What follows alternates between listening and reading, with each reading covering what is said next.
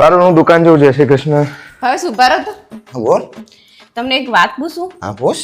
તમે હમણાં છે એવું કરો છો દુકાને વહેલા જતા રહો અને રાતે મોડા પાસા આવો. અલે મોડી તને ખબર નહીં દિવાળી આવે તો આપણી દુકાન સીઝન હે. પણ મને એવું લાગે છે કે હું દિવાળીનું કામ તમારી જોડે ના કરાવું ને એટલે તમે આવું બધું કરો છો. એવું નહીં મોડી. એવું જ લાગે છે પણ જો તમારે જે કરવું એ કરજો પણ હું જાણે દિવાળીનું કામ કાઢીશ ને તાણે તમારી જોડે જ કરાવવાની હું. અલે મોડી એવું કશું નહીં યાર. મારે ભેગા દિવાળી સીઝન ના હોય લુગડાની. ભલે તમારે સીઝન હોય પણ મારે જાણે કામ કાઢવાનું થશે તાણે તમારે કરાવવાનું પણ મેં છે. તને ચા કે કીધું હે. તમે કીધું નહીં પણ તમે પણ દિવાળીનું સીઝન ના કામ બધે ગ્રાહક હોય પાછા કાઢી મેલીને તારે ઘરનું કામ કરો.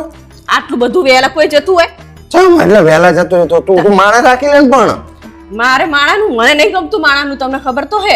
એટલે મારે કરવાનું માણસનું તને ના ગમે. હા તમારી જોડે જ કરો મને તમારું કામ સારું લાગે તમે માળિયામાં બધું હશે. અલા મારા બાપ મામા નામાં છે ને મારી દુકાન બંધ કરાવરાય તું. તને ઘર કામ કરતા ચોર આવે છે ને કામ રાખી લે નહીં. હવે તમાર કારીગર નહીં તો હાતે તો પછી તો ખોલશે દુકાન તમારું શું ચિંતા હે. એટલે ભોંડી હું સુધા વેપારી માણસ હું પેલો ઘર ઘાટી નહીં. તમારે બધા બાના કાઢવા હે મને ખબર બધા બરોબર પણ હું કઈ એકે બાનું તમારું ચલાવવા દેવાની નહીં અને કામ તો તમારે કરવાનું જ છે કારણ કે નવરાત્રી ચાલે તમને ખબર હે પણ મને થાક લાગે વાત કરો. એટલે ભોંડી પણ તારે તારું કામ કરવાનું મારે મારું કામ કરવાનું. દિવાળી મારે દુકાને સાફ કરવાની ઘરે સાફ કરવાનું. આવું થોડું ચાલતું હશે ભોંડી.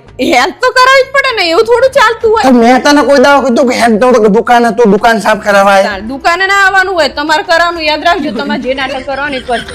અલે ભોંડી માં થાકી જવાય. હા દિવાળી હોય હું દિવાળી ફટાકડા ફૂટે એવો નહીં રહેતો. હું પોતે ફૂટી જાઉં. મારે કઈ તમારું શું હા ફરું નહીં. નહીં હા ભરવાની કીધું તમને મારે કરાવવાનું એટલે કરાવવાનું જ છે પછી હું એકલી માંદી પડી હું તને તું કે તો 3000 રૂપિયાનો કારીગર રાખી દઈશ. તાર ટાંકી સાફ કરાવવા તું મને ઉપરની ટાંકી સાફ કરાવવા નીચેની સાફ કરાવવા માળિયા સાફ કરાવવા ફોન થાકી જવાય મારે. જેટલું તે આ તો અમે જેટલું કરીએ તમે વિચાર્યું તમે કોઈ દિવસ? પણ એ તારી જવાબદારી છે. તારે ઈ સાફ કરવાનું મારે દુકાનનું સાફ કરવાનું. શું લોહી પીવે એવું ના હોય બે ભેગા થઈને કરાય તો પતી જાય.